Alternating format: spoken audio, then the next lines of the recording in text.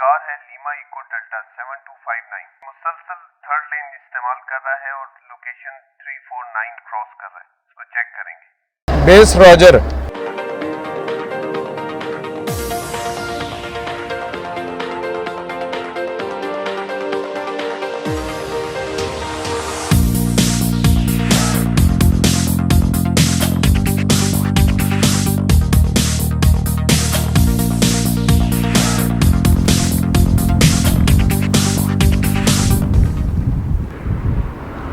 अस्सलाम वालेकुम मोहतरम, आप मुसलसल थर्ड लेन यूज़ कर रहे थे, ऑब्स्ट्रक्शन ऑफ ट्रैफिक कॉज कर रहे थे। आपकी गाड़ी हमें नोट कराई गई है, आपको वायलेशन पे टिकट इशू किया जाएगा। काइंडली अपना ड्राइविंग लाइसेंस हैंड ओवर।